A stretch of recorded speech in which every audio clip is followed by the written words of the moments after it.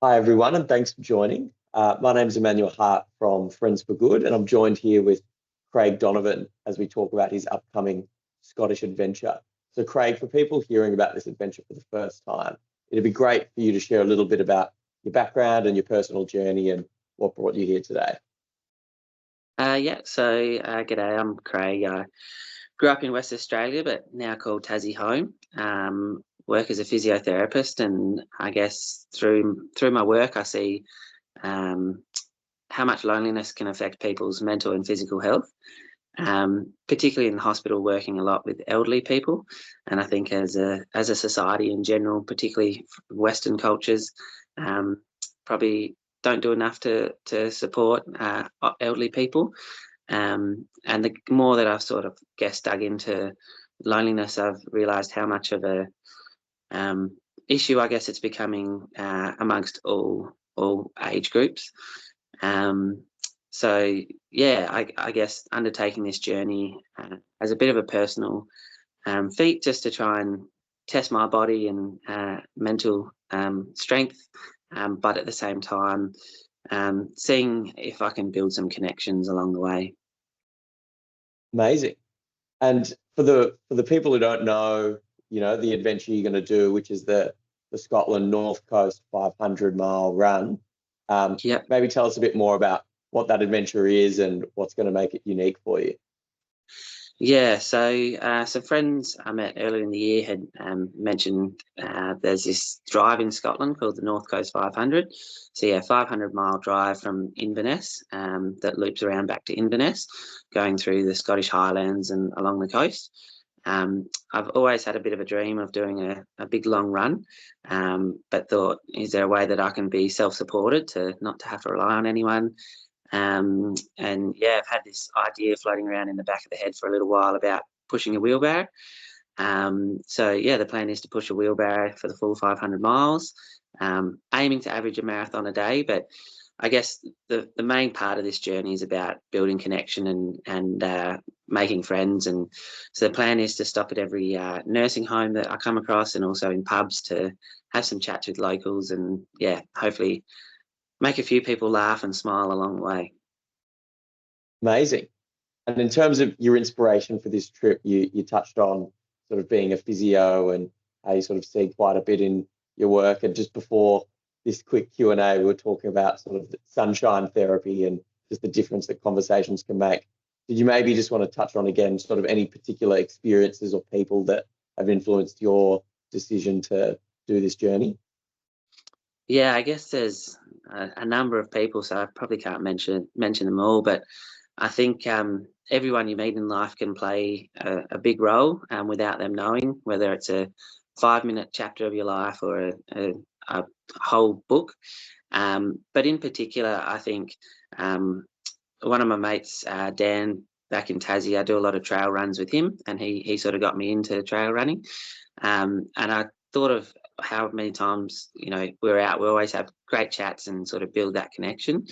Um, and as a result, he was the one that sort of, when I first floated the idea to him, he sort of said, "Have you ever ran a marathon before with a wheelbarrow?" And I said, "No." So signed up and ran a marathon in Tassie 2 days later, which was a challenge, but pulled up reasonably well from that. And then a bit of a funny story. About 2 weeks later, when I thought, "Yep, this is actually something that could become a reality," I bought a wheelbarrow off Gumtree, and one Sunday morning took it for a run. Um, I got about half a k down the road, and the tyre was flat, so I stopped at the local servo to put some air in the tyre.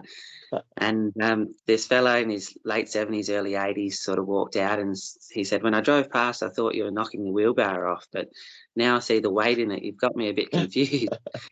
Anyway, so I told him the story, and lo and behold, back in the 1970s, there used to be a two-person wheelbarrow race from the centre of Hobart across the bridge and finished at Bellerive Oval.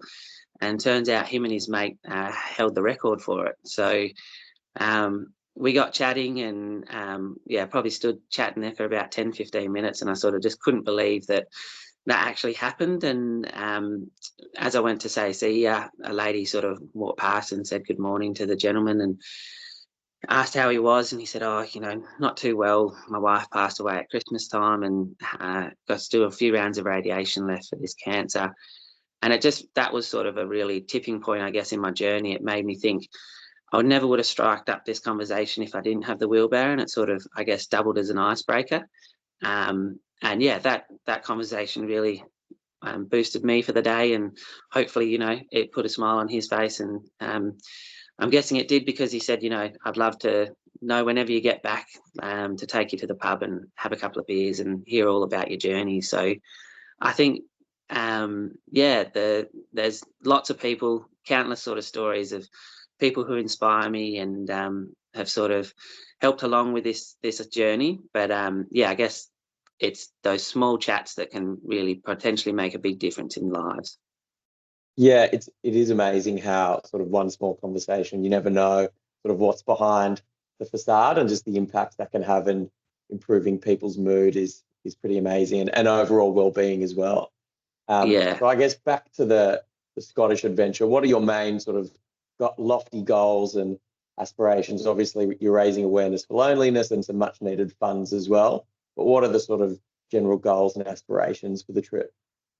Yeah, I guess from a personal point of view, it's aiming to try and complete the 500 miles in about 3 weeks. Trying to look at doing a marathon a day, but on that, it's not about being the first to do something or breaking any record. It's more to be out there and sort of build connection. So the journey might blow out if I'm having a good time and meeting people. Um, I guess from a fundraising point of view, setting a target of $10,000, because I think there's some really good money, really good programs that Friends for Good are wanting to implement with the money, which is really inspiring me. Um, and I guess as well, I'm hoping to, if people can donate, that's brilliant. But more than anything, I guess raise awareness and hopefully change people's personal behaviour. Um, I think if people feel inspired or have a laugh at any of the things that they see along the way, then it would mean the world to me if they pick up the phone and can call an old school friend or call a grandparent, or even get into the volunteering space. Because I think personally, after going through sort of a few ups and downs last year, I spent a bit of time volunteering for Blaze Aid, helping build fences, and that really for me got me into a good place. But also, I think doing something for other people is almost a shortcut to happiness. So yeah. Oh, fantastic. And for everyone who's wanting to get involved in the mission and staying updated on your progress, what's the best way for people to do that? Yeah, so jumping on board the Friends for Good website, there's going to be a page dedicated to a tracker that will follow my journey. I'm at and upload daily where I'm at.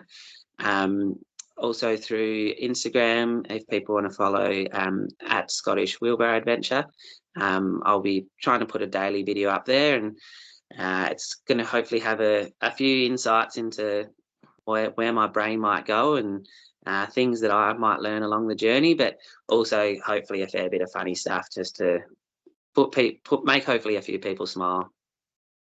Amazing. Well, thank you, Craig. That was fantastic. We'll certainly be cheering you on from down here. Thanks very much for your time this morning, and I hope that was useful to everyone who wants to tune in and follow the adventure.